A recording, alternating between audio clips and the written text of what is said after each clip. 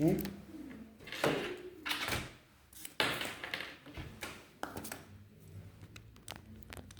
Pronto. Isso aqui também, certinho agora. Vamos lá.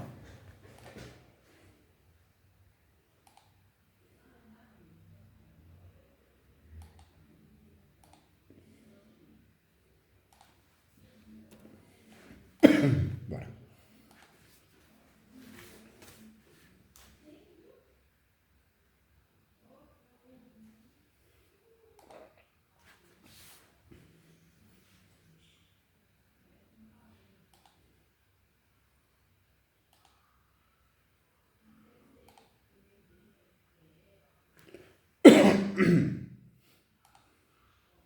Agora sim.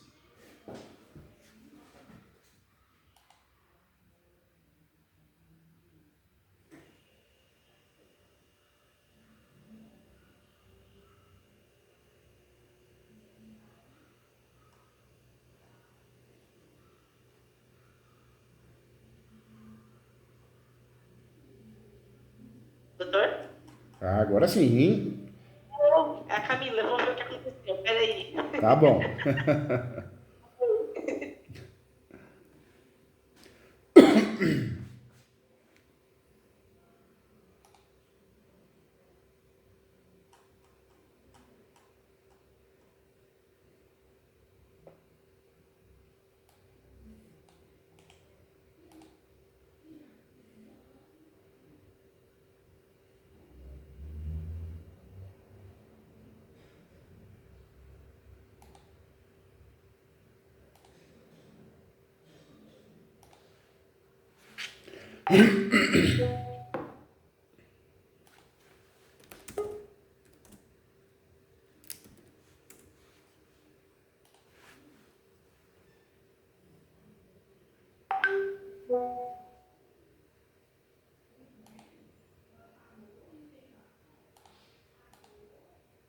Agora sim.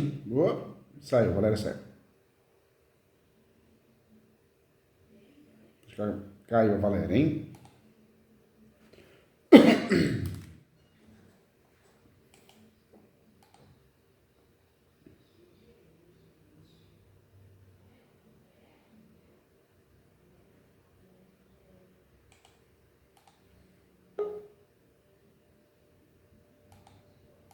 Agora sim, Valéria, não sai daí não, hein? Vou te segurar aqui, segura. Tudo bem? Olha, Bom dia, viu? bem, Você tá bem? Eu fiquei preocupado com você bem, ontem. A Camila me falou, né, que aconteceu alguma coisa com o carro, quebrou, alguma coisa assim? doutor do céu, como peguei minha menina 4h30 que eu pego ela na escola, É, e ao sair da escola, olhei no chão, assim, na guia, é. a guia toda rosa. Daí eu falei, Ah, nossa, será que eu passei em cima de algum potinho de sorvete ou refrigerante? Tudo rosa aqui. Aí dei uma agachadinha, assim, jorrando água. E nossa. meu marido tinha ficado de parar o carro na sexta-feira. Falou, ah, precisa dar um... Eu tô achando que a gente tá perdendo água, tá baixando muito rápido o nível. Aí marcou, mas tá... Aí ontem parou e eu vim dirigindo e fazendo as coisas e tudo, eu nem vi que a temperatura já estava alta. Ah, E acho que a hora que eu parei, esvaziou a água ali do reservatório e foi a água do fluido, né? Que do fala, né? fluido, do Porque radiador, né? foi a água do fluido. Ora, daí eu fiquei parada na frente da creche, sem celular, porque esse Ai, celular tá sem bateria, só com o celular do trabalho. E aí ele me ajudando, chamando o guincho, eu falei 4h30, 5h10, eu falei, não vou conseguir dar não, conta e tal. fica tranquilo. O importante é que você tá bem. E deu certo, né? Eu fui embora até com o caminhão. Foi eu, a minha mãe e a Ana Clara no caminhão do reboque. Ah lá, Fui embora com o ou guincho. seja, foi até uma aventura, né? É verdade. É. Tudo é Claro, aventura, são lembranças, não é? verdade, É. verdade, verdade. Você tá bem de saúde? O pessoal de casa tá bem? Bem, graças a Deus, tá tudo jóia, graças a Deus. Minha mãe tá Legal, muito grata aí pelo trabalho do escritório com o uso capião. legal. Tá tudo andando, né? Tá ansiosa, mas tá tudo jóia. Tô Que, segurando o reggae dela. que bom, que bom. O que precisar, viu? Tem um amigo aqui, mais que o professor tem um amigo, eu tô sempre disposto a ajudar. Com Ai, muito carinho, muito respeito, ai, o tá? senhor é assim, nem fale. Ontem eu passei um perereco aqui, só me veio você na cabeça. Ah, Falei, ai, eu vou o doutor Júlio, ele vai ter que me ajudar, o que eu faço, com quem eu falo? É tão ruim trabalhar sozinha, não tem com quem trocar ideia, nossa, eu tô E a passando uma advocacia pergunta. é difícil, às vezes você vai conversar com um colega de faculdade, ele não sabe, em vez de ele ser humilde, ele ou ela, não, ele fala uma coisa nada a ver, explica errado, né? A nossa classe tem um Exatamente. problema sério de ego, né? Exatamente. Aí você, ao invés de você achar que você está no caminho certo, aí que você se perde mais de vez ainda, É né? verdade, é Então, eu acho que verdade. você fez errado. Eu acho que você deveria ter ido por esse lado. Eu acho, ai, não dá. Não dá, não. É só o senhor para acalantar nosso coração. Conta comigo, viu? Tô aqui para te ajudar, para te proteger. Obrigada. Então vamos lá, doutor Júlio. Deixa eu só colocar no não perturbe aqui, porque eu tenho medo que toque o telefone. Só Ah, um tá bom, minutinho, tá peraí. bom. E toca mesmo. Telefone de advogado, advogada, na parte da Aí pode manhã, ficar. É. o cliente Ai, acorda, a primeira coisa que ele lembra é: deixa eu ver como tá meu processo, né? nem fale. Doutor Júlio, tem um processo que eu entrei. Na verdade, um cliente me procurou de direito imobiliário. Qual que era o problema dele? Ele comprou um lote de terreno em 2014 e ele não registrou o instrumento de venda. Tá. Ok. A loteadora quebrou, uma loteadora chamada JC Moraes, aqui da cidade de Sorocaba. Ela quebrou, mas não entrou em recuperação judicial, ela simplesmente degringolou, abandonou obra, gente que tinha pago na planta, apartamentos de alto padrão, de médio, de Minha Casa Minha Vida, ela deu um tiro no pé de um monte de gente, inclusive dele. Aí essa loteadora estava lá com a matrícula limpinha e ela vendeu em 2014. Quando foi em 2019, ela entregou esse imóvel em hipoteca judiciária para a autarquia municipal, para o SAI, Serviço de Água e Esgoto aqui de Sorocaba. Além dela entregar esse imóvel em hipoteca judiciária, começou a estourar as ações. A ação de rescisão contratual por apartamento comprado na planta e não entregue, muitas execuções, começou a estourar todo o passivo dela. Nossa. E aí automaticamente trabalhista, e aí... Aí virou uma bola de neve, né? Uma bola de neve. Olha. Uma bola de neve. A matrícula dele de outros 20 lotes, não, de um monte de gente, né? Mas especificamente em hipoteca, ela pegou a matrícula dele, entregou para o SAI em hipoteca, com a promessa de fazer uma obra de infraestrutura no loteamento, que ela tinha obrigação de fazer e tal, e entregou o serviço de água e esgoto, com promessa de previsão de término dessa obra em 2020. Só que nós já estamos em 2024, ele me procurou ano passado, em 2023, nós já estamos em 2024 e nada dessa hipoteca baixar. Antes de ajuizar qualquer tipo de ação, eu tentei correr atrás de vias administrativas, saber como é que está essa questão desse cumprimento desse pacto que ele fez com o SAI, que eu não sei o que é, só diz que está em hipoteca em razão da obra de infraestrutura, mas eu não sei o que diz as cláusulas contratuais, isso eu não tive acesso. Mas ninguém dá resposta, ninguém responde. Aí qual foi a minha decisão? Aí, antes da hipoteca, além da hipoteca, eram N indisponibilidades da trabalhista, indisponibilidade da cível, hipoteca judicial da cível, dessas ações de rescisão, de dinheiro de volta, de desistência de apartamento comprado na planta, enfim. Então ele tem lá 9 restrições hoje na matrícula. A primeira foi a hipoteca. O que eu pensei quando eu analisei o caso? Eu vou entrar com uma ordinária aqui. Primeiro eu pensei, cadê a escritura? Deram um papel para ele passar a escritura e ele não conseguia passar a escritura. Deram documento de quitação para ele passar a escritura e ele não conseguia passar. Ele queria passar num outro cartório, falaram para ele que era só em determinado cartório que ele ia conseguir, o que de fato aconteceu. Nenhum cartório passou, só esse cartório que foi o cartório Rolim, daqui da cidade. Enfim, consegui que ele lavrasse a escritura para o cliente o ano passado, 2023. Aí veio a escritura lavrada com todos os ônus que está na matrícula. A hipoteca, as indisponibilidades, a hipoteca judicial da cível, vieram todas as sujeiras lá da matrícula, vieram para a escritura. Beleza. Cadê a escritura? Levei no cartório de registro de imóveis para ter aquela questão da publicidade ao ato e não entrar mais averbações negativas nessa matrícula. Todas as ações cíveis, teve gente que entrou com embargos de terceiro, teve gente que entrou com ação própria, teve gente que peticionou na própria ação civil, que pediu a verbação do 828 ou hipoteca judiciária. Teve gente que entrou nas próprias ações e falou, olha, eu sou comprador de boa-fé. Fez um tumulto. Foi uma confusão danada, né?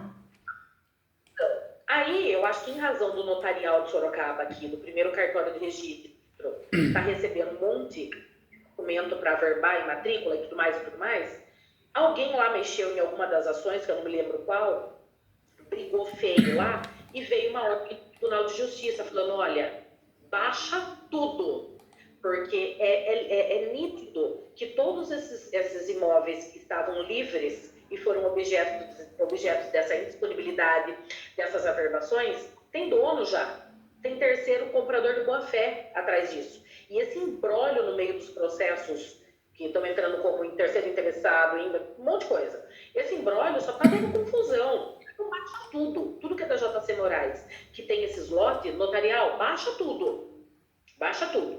Aí eu peguei a escritura suja, levei no cartório de registro de imóveis, no começo consegui a escritura ano passado, ele só teve grana para dar entrada esse ano. Dei entrada em janeiro desse ano lá no cartório, para evitar que entre mais averbações na matrícula do imóvel. Daí o cartório falou o seguinte, doutora, a hipoteca, você não precisa fazer nada, porque não vai impedir o registro. Larga a hipoteca aí. As demais ações, já veio uma ordem judicial do Tribunal de Justiça, a gente só estava aguardando o trânsito em julgado e as comunicações online pela Noreg, a FENSEC, para a gente baixar tudo que é da JC Moraes. No caso do seu cliente, o que vai impedir o registro dessa escritura na matrícula dele é só esse processo aqui, ó, e mencionou lá uma trabalhista. Esse aqui você vai ter que embargar de terceiros e para pedir o afastamento, e a hora que transitar em julgado, aí a gente registra. É só isso. A hipoteca não vai ser problema. Aí eu penso comigo, o cliente só chora, porque quando ele pegou a escritura tudo suja, um homem de 3 metros de altura, ele só chora, doutor Júlio. Entrou em desespero, né? Desespero. Ele começou em 2022. Então ele tá, acho que desde 2022, sofrendo com essa situação, e muito. Ele chora. Uma cara de bravo, uma cara de ranzinzo, mas ele se derrete a chorar. Não posso começar a falar com ele que ele começa a chorar. Aí eu conversei com o cliente a respeito disso, aí ele falou assim, mas não tem o que fazer, mas essa hipoteca, aquela insegurança do cliente. E a gente sabe que a hipoteca não faz efeito contra terceiros. Falei, olha, Júlia, olha, o Diego, o que eu posso fazer é o seguinte, nessa ação, a probabilidade é de limpar, porque já tem ordem para baixar tudo. Tem os embargos de terceiro que a gente vai ter que entrar com embargos. A hipoteca, o que a gente pode fazer? Vamos por partes. Vamos na hipoteca, eu entro com uma ordinária, peço, já que eu consegui a escritura, não vou pedir a adjudicação compulsória, óbvio. Peço, vamos pedir isso abaixo, vamos resolver essa hipoteca, baixar essa hipoteca do site, isso não tem nada a ver com dívida.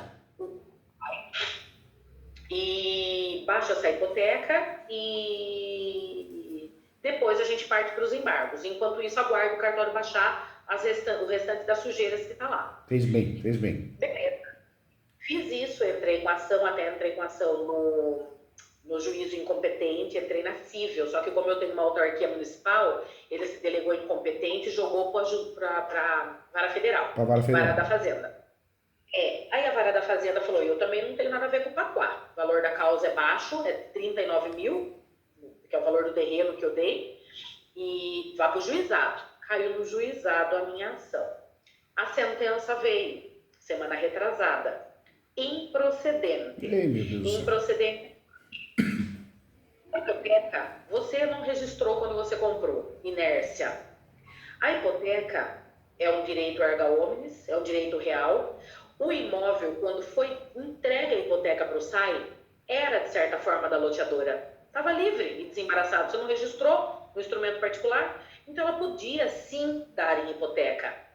Código Civil fundamentou improcedente, até porque você vai conseguir registrar. A hipoteca não é um objeto. E o pior é que o recurso no juizado é uma porcaria, né? Porque o recurso inominado, ele é ruim até no nome, é inominado, né? Eles mesmos que vão julgar, a junta corregedora, né? A mesma entendeu? A mesma galera.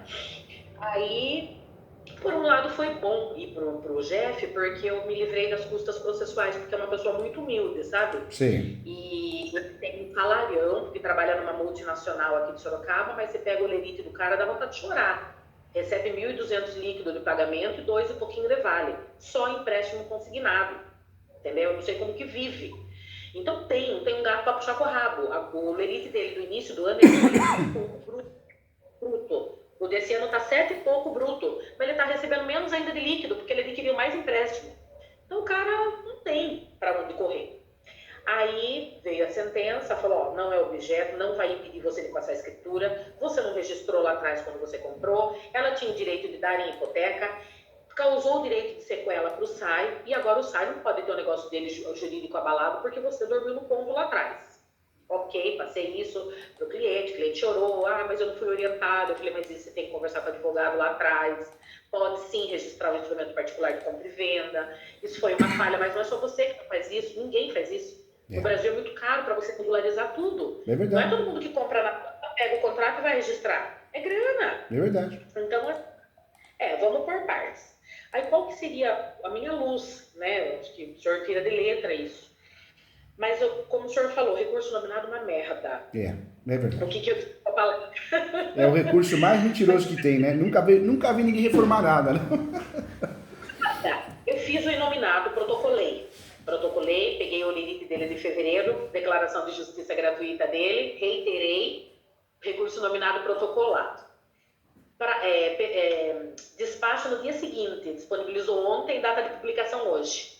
Recolhe as custas processuais, sob pena de deserção. Custa processual é 1.600, para eu recorrer no JEF. O risco deles manterem a sentença, eu tenho. São 2 requeridas, posso tomar um pau aí, uma sucumbência na cabeça de 10% a 20%. Verdade. E, né, o risco de manter vai ser muito grande, é o próprio colegiado que julga. E esses juízes aqui de Sorocaba do GFA são terríveis, e do GEC são terríveis. Então, o que eu queria saber do senhor? Existe algum risco imenso?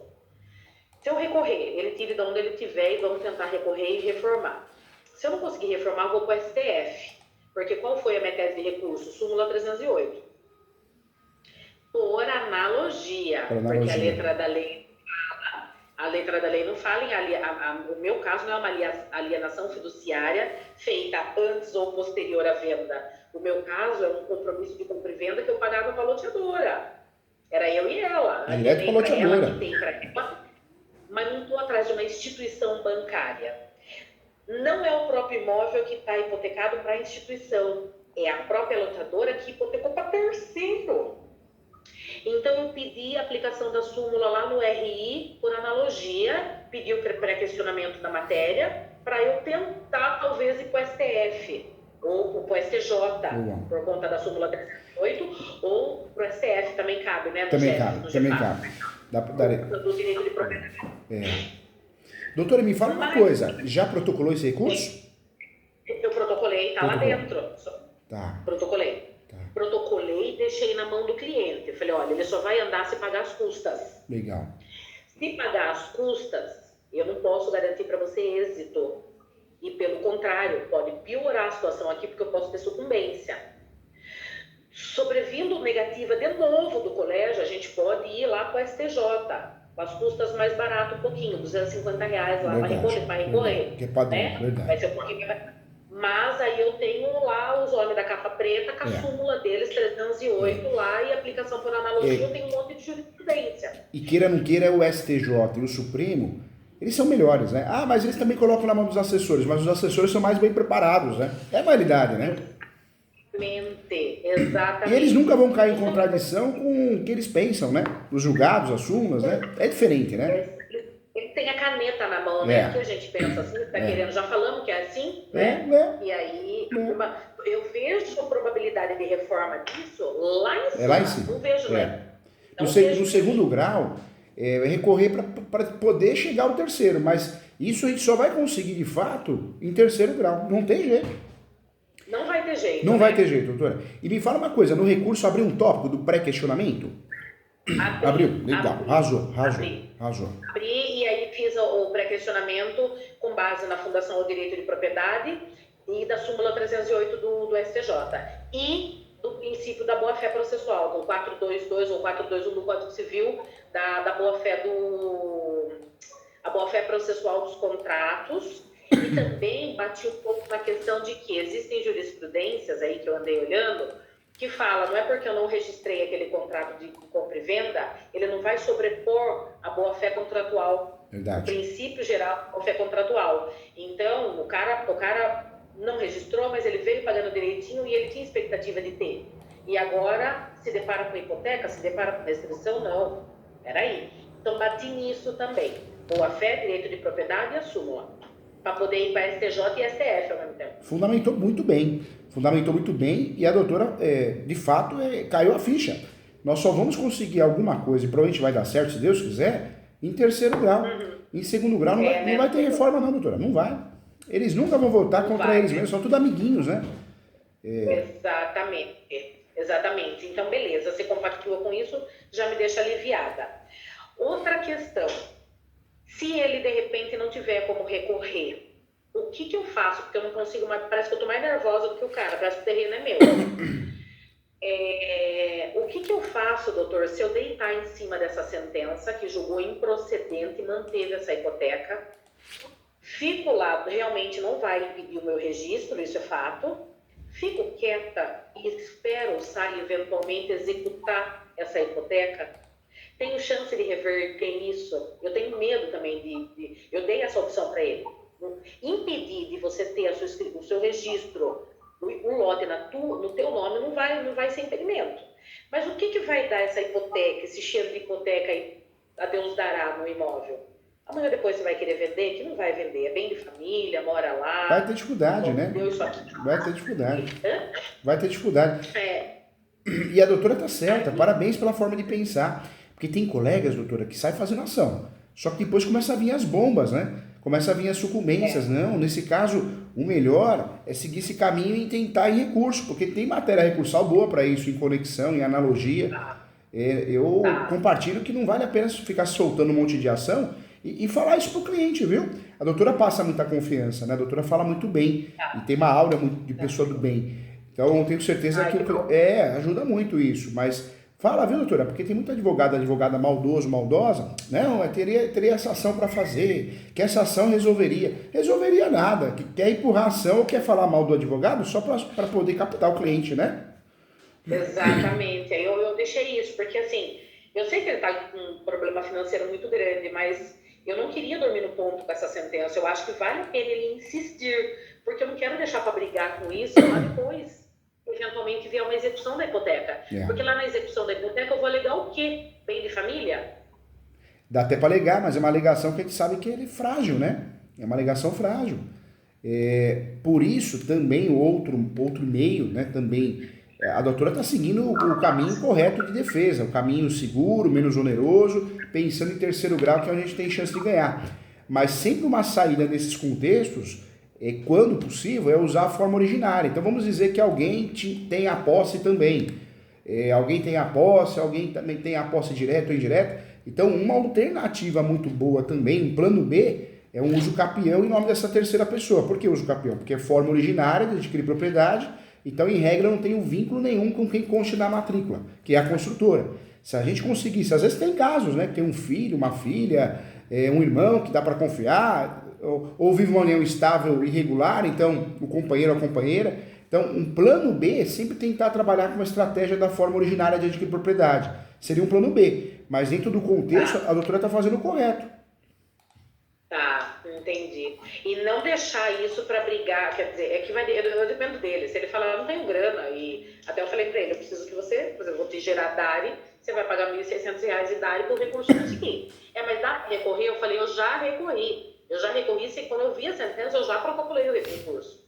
Só que no dia seguinte ele falou, pague as custas, 4% sobre o valor da causa atualizado, né? Porque é uma sentença líquida, e aí, então eu falei, você vai ter que pagar, mas ele falou, mas e se eu não pagar? A hipoteca fica lá, e aí? Eu falei, aí existe a chance da gente brigar, Celso, você vai ser intimado, que existe uma execução de hipoteca lá no imóvel, né? Eu acho, né? Porque é o possuidor que está lá, o morador, o terceiro, vai chegar uma intimação, de alguma forma você vai saber disso, né? Porque eles vão ter a desocupação do lote, do terreno, que hoje tem uma casa edificada, não é só o lote do terreno, e aí nesse momento você vai se defender. Mas eu não sei nem por onde começar, porque eu já estou pensando lá na frente. Por isso a minha ideia de conversar com o doutor, porque se ele falar para mim, ele vem hoje, se ele falar para mim eu não tenho grana para recorrer, E aí essa sentença vai transitar. vai transitar julgado e não vai ter o que fazer. Aí um outro meio que ele pode agir, se ele tiver alguém da confiança dele, às vezes um filho, um irmão, propõe uma ação de uso capião no nome dele, usa a súmula 237. Por quê? A hora, se aconteceu pior, desse gravame, o imóvel a leilão, alguma coisa nesse sentido que a gente sabe que acontece, pelo menos existe uma outra linha de defesa que é o embargo de terceiro com base no uso capião. Entendeu? Súmula 237 do Supremo. Mas, poxa, para ele não recolher agora e depois que ele faz o uso capião, ele vai gastar mais o uso capião, né? Claro. Compensa realmente seguir nessa linha. Mas fala para ele, viu, doutora? Fala, olha, o plano A é esse aqui. Agora, o plano B, que também você vai gastar, você vai gastar com a ação de uso capião e, se for necessário, com uma outra ação que chama embargo de terceiro, você teria que me dar um nome de alguém da sua confiança para a gente poder alegar que essa pessoa tem os requisitos de uso capião, posse, mas pacífico, temos nome. Então, teria que, talvez, ir nessa estratégia, entendeu? Entendi. Não ele e esposa, porque ele e esposa são os compradores do instrumento particular. Teria que pegar o filho mesmo, o filho maior. O filho maior. Uma boa opção, normalmente, é o filho maior, né? Tá. Ai, doutor, eu acho que é isso. Eu queria só essa tranquilidade para saber se eu estava no caminho certo e se não tinha nada de falha da minha parte, processualmente se falando, para saber por onde eu corro, porque eu tô vendo que isso aqui não tá me cheirando bem, sabe? Eu sei. Essa hipoteca lá parada, fazem 4 anos que tinha previsão de término e não baixa, ninguém fala por que não baixa, e isso tá me deixando cafifada. Fica, aí toma essa fica. improcedência. Mas joga aberto, a doutora fala bem, passa confiança, fala, olha, eu conversei, inclusive fiz uma reunião com o meu mentor, pode pôr no meio, sabe? Pode jogar a responsabilidade em mim. A estratégia nossa é perfeita, não tem outra, né? É chegar no terceiro grau, mas para isso você tem que recolher. Essa é a estratégia perfeita. A outra estratégia que nós temos é amanhã ou depois fazer um uso capião, ou hoje, né? Usar a súmula 237 em nome de um terceiro que não apareça no contrato. E aí a gente faz isso para usar esse uso capião como matéria de defesa e limpar a matrícula também, porque vai criar uma matrícula nova. É uma saída. Se algo acontecer, se algo aparecer, um leilão, alguma coisa, aí qual que é a situação? Aí a situação é de fazer o embargos de terceiro, utilizando o uso capião a favor, né? Não utilizando a questão da impenhorabilidade do bem imóvel, a questão do comprador de boa-fé, nada disso daí, vencida essas teses no embargo de terceiro. Na verdade, nós temos duas defesas. As defesas que a doutora está fazendo é a linha derivada mesmo, né? Está tentando salvar o imóvel, a situação numa linha derivada, que é o comum.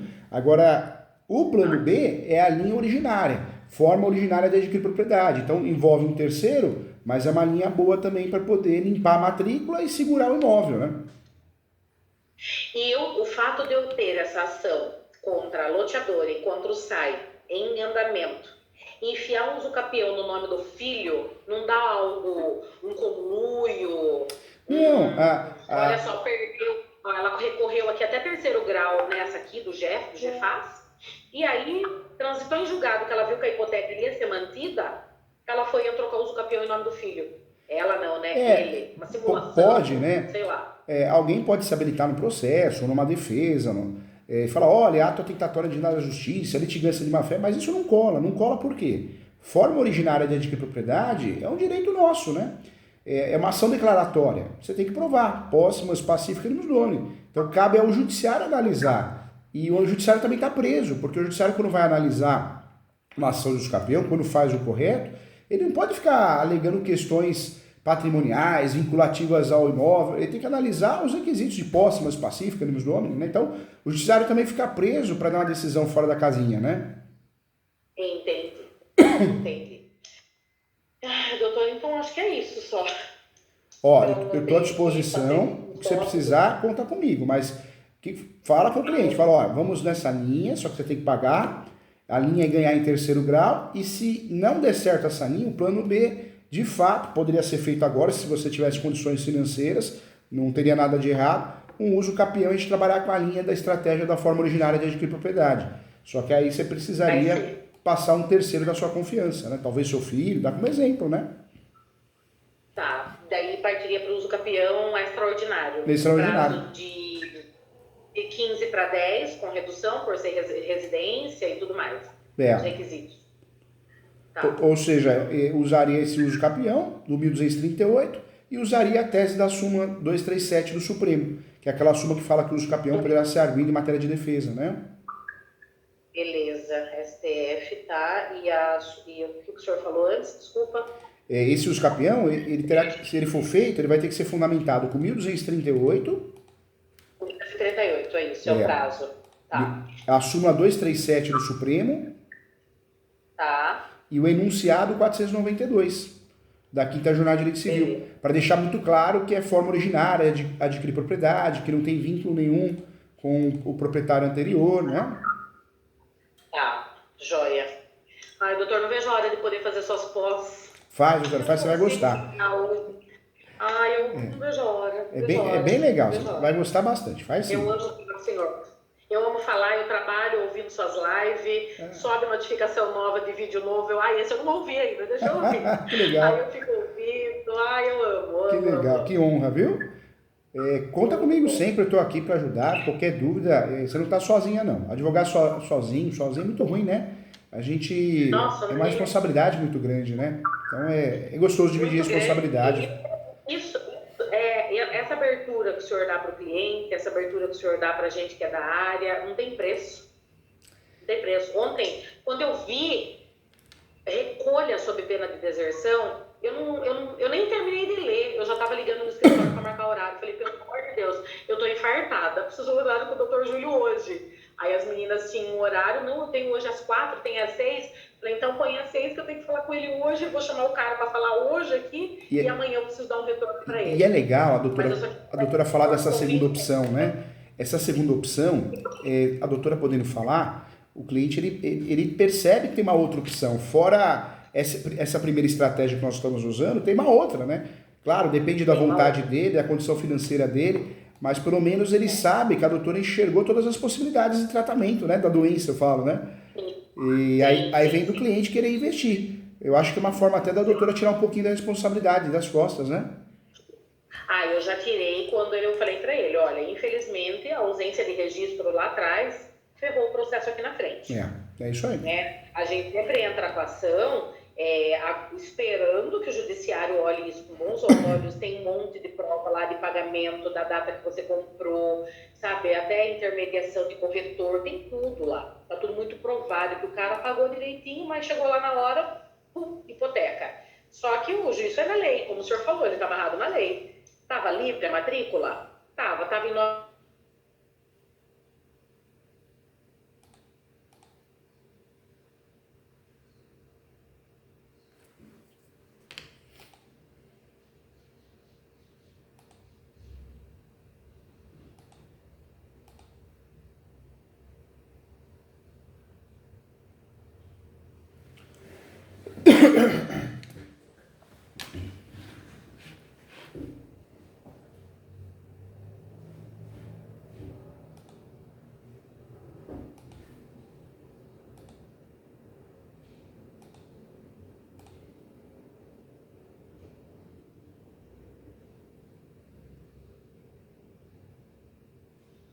Voltou. Agora voltou. Voltou. Voltou. Doutora, esse caso, o cliente tem que entender que ele procurou a doutora atrasado, é verdade, procurou a doutora atrasado, sim. E a doutora está tentando, né, com base em uma jurisprudência, conexão, analogia, salvar o imóvel, né? Então deixa claro isso. Eu acho que 3 pontos nessa conversa que a doutora tem que ter de hoje. O caso é complexo, o caso é difícil, tanto é que muita gente não assumiria pela responsabilidade e pela chance que é mínima. E existem 2 caminhos. Esse que está sendo feito, que é um caminho correto, o melhor caminho, e um segundo caminho, que se ele concordar, pode ser feito independente do primeiro ou conjuntamente com o primeiro, né? Joia, joia, joia. Ótimo, doutor. E é importante Então, falar tá tudo bom. isso porque a doutora joga a responsabilidade um pouquinho para ele entender também que ele procurou a doutora, né, de forma tardia, né? A minha aflição seria assim, será que eu deveria ter entrado com a ordinária mesmo? Deveria aguardar, porque o cartório falou aguarda. Eu falei, mas como que eu vou aguardar a baixa de uma hipoteca e vai ficar tudo bem, larga a hipoteca aí? Não, não é assim. Eu tenho que pedir essa baixa da hipoteca. Ele tem o direito da baixa da hipoteca. Não foi ele que assumiu essa dívida, né? Ele quitou, então substitua a garantia lá com o SAI, sei lá, mas dê a ele a decisão para baixar a hipoteca. E aí o que o juiz bate muito é o seguinte: você não está conseguindo, por exemplo, você não está conseguindo você não está conseguindo registrar em razão da hipoteca. Você não está conseguindo registrar por conta das outras alienações. Então, julgo improcedente a ação. Aí eu também bati no recurso. Independente de eu conseguir o registro, ele tem direito da baixa da hipoteca para ter o registro, a escritura registrada e o imóvel livre de qualquer ônus. Ele tem o direito. E outra, o judiciário ele aplica a jurisdição defensiva, ele se livra do processo. Ele analisando, ele vai no mais fácil de julgar, né? E foi isso que o judiciário fez, né? Ainda mais juizado, né? O juizado tem uma preguiça para julgar, né? Lixo total. E agora com essas questões de custas e justiça gratuita, não tá passando nada. Não passa nada. Não tá passando nada. Doutora, eu não gosto de advogado do juizado, acho que é ruim. Poxa, não tem perícia, não tem armas, né? Não tem citação por edital, existe uma má vontade muito grande, tudo eles querem forçar acordo, né? Tudo não tem indenização, é muito triste, né? O judiciário, essa parte do juizado, eu falo que é uma ilusão, né? Eu não suporto. Uma vez só entrei com uma ação no JEC, Juizado Especial Cível, uma tramitação horrorosa, uns despachos horroroso, trabalho de cartorário errado. É verdade. Eu falei, nunca mais eu entro em juizado. E tem gente que só trabalha com juizado. Só com juizado. Muita gente trabalha com juizado e fala, maravilhoso, maravilhoso. É uma justiça fraca, ruim, não resolve nada, não tem armas para isso, julga de qualquer jeito, e é o que a doutora falou. Mas sabe por que o advogado gosta de trabalhar com juizado? Porque ele tem medo de sucumbência. Mas que medo é esse? Não pode, né? Senão a gente não trabalha, né? Exatamente. Eu nunca vou esquecer, a doutora sabe que aquele cliente, né? Aquele cliente às vezes maldoso, tudo dá errado, né? E eu fiz uma ação reivindicatória. E nós ganhamos a ação reivindicatória de 3 invasores. Só que um propôs um acordo, os outros 2 não. E mesmo assim o cliente ele era problemático. Não era o cliente, as 2 senhoras, as 2 irmãs. Na verdade era um arquiteto que era um intermediário que ficava infernizando, ligando no escritório todo dia. Uma pessoa bem chata, bem complicada, bem problemática. Doutora, você acredita que o juiz condenou o escritório, eu, a pagar sucumbência? Aí eu fiz um embargo de declaração e falei, juiz, isso não existe, a sucumbência é da parte, né? Jamais o advogado vai pagar com sucumbência. A nossa profissão já é de risco. Se for de risco financeiro, ninguém advoga, né? Ele manteve a decisão, aí em recurso reformei. Olha que absurdo. Não acredito. Que absurdo. Doutora, e aí eu na época, mesmo fazendo parte de uma comissão da OAB, liguei no setor de prerrogativas, mandei mensagem, nada. A OAB é outra ilusão, né? Foi aí que eu peguei um pouco de mais receio ainda da OAB. Eu acabei saindo de algumas comissões, porque eu acho que a OAB não resolve nada, é um cargo totalmente político, quem está ali quer o quê? Vender o peixe, virar político, não resolve porcaria nenhuma. Né? O senhor tem receio, eu tenho ranço. Então podemos até mudar a palavra, é ranço mesmo. Olha, o presidente da OAB daqui de Sorocaba, agora acho que ele não vai poder se reeleger mais, que já é o 2º mandato. Mas assim, as 2 eleições, quando ia chegando nos meses próximos da eleição, era só sorriso. Era só sorriso. O cara sorria pra você que faltava que o dente dele ia grudar no seu. Porque ele queria te cumprimentar. Ele queria, eu tô aqui, viu? Eu tô aqui. Passada a eleição, o cara não te olha na cara. Nossa. É aquela corjinha, aquele meio enfiado em aquela galera de comissão enfiado para a parte política, para adquirir cargo de comissão. Doutor, é foda. E você sabe que eu acho que a OAB, A OAB, tudo é ruim, tudo é ruim. Eles não ajudam o jovem advogado, eles não defendem o advogado, o setor de prerrogativas é a maior mentira que tem. Liga lá, manda e-mail, ninguém responde, né? Você pode passar humilhação ali na audiência, ninguém responde. A OAB, eu acho que a OAB de fato é sui generis, né? Mas é a entidade de classe mais incompetente com má vontade que tem. Eu pego o Cresce eu gravo lá programas, já acho que tá 500 programas já. Tem curso gratuito para você virar perito. O Cresce, hein? Viaturas que vão lá para pegar o pessoal que exerce exercício legal da profissão, viaturas bonitas. Então, eu acho o trabalho do Cresce muito mais bem feito e mais bonito do que a OAB. Até os cursos, tudo que é indicado pela OAB não presta. Você pegar curso, palestra, é tudo panelinha. Eu dei muita palestra, acho que dei mais de 200 palestras pela OAB. Hoje eu só vou, não pela instituição, pelos alunos. Eu vou dar uma palestra na OAB de Santo André, acho que dia 1/8. Mas eu tô indo porque a Jaqueline é uma pessoa que foi minha aluna, então ela me convidou, os alunos pediram, eu recebi alguns e-mails, então eu vou pelas pessoas, pelos colegas advogados, pelos alunos, pela instituição. Eu não quero nada com a instituição. Eu acho que tudo que é da OAB, pelo contrário, não presta. Aquele OAB recomenda. Acho que na cabeça de quem conhece, desrecomenda, porque não presta. Alguma coisa tem no meio, algum cartucho, dinheiro, alguma coisa tem, algum interesse. Verdade, só interesse. Só interesse. E tenta entrar numa comissão, eu tentei entrar na comissão de direito imobiliário aqui de Sorocaba, direito de família, no comecinho da minha advocacia, que não faz muito tempo. Pensa, mas nem resposta eles davam. É aquela panelinha ali, né? E eles querem usar o nome. Eu saí de uma comissão faz anos. Aí outro dia saiu uma publicação, estranhei, fui olhar, meu nome estava lá. Mas por quê? Eles querem usar o nome. Não, vão falar para todo mundo que o professor Júlio faz parte da comissão. Mas eu já tinha mandado carta, já tinha mandado e-mail. Ou seja, é muito sujo, né? Muito sujo. É muito sujo. Fora que aí tem uma outra parte, que é até uma questão pessoal, não tem nada a ver, mas a gente está aqui trocando uma ideia informal. A outra questão que eu vejo também na OAB, né, o negro ele serve hoje na OAB para ficar lá, para militar, né, para ser ali os militantes. E se você quiser entrar, você tem vaga eu ouvi isso. Tem vaga na comissão de... Ai, meu Deus do céu. Como que é? De raça e gênero. Olha lá. De raça e gênero. Ou seja, tudo é modismo, né? Para falar que está atuante, para falar que está atuando.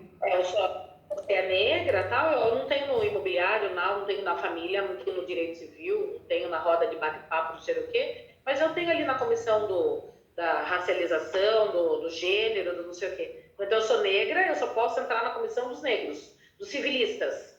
É vergonhoso, é vergonhoso. E aí, que caiu minha ficha depois que eu tive o infarto? Hoje, eu prefiro dar uma palestra, às vezes, no meu canal do YouTube, que ajuda muita gente, muito aluno que segue a gente, é leitor dos livros, é aluno da pós, do que dar uma palestra, ficar longe dos filhos, a gente já não se cuida direito. Para quê? Para agradar presidente de OAB? Eu não quero nada com o presidente de OAB, eu não quero nada com a OAB. Deus me perdoe, doutor. E se cuide, pelo amor de Deus, que a gente precisa de você.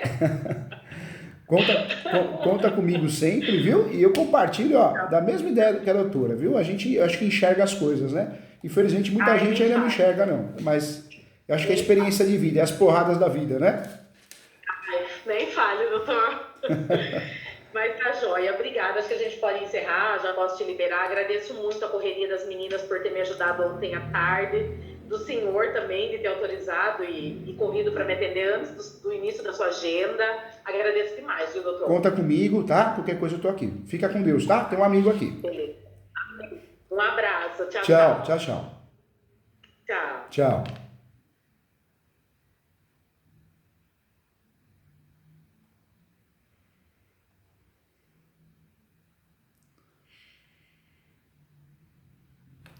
Tchau.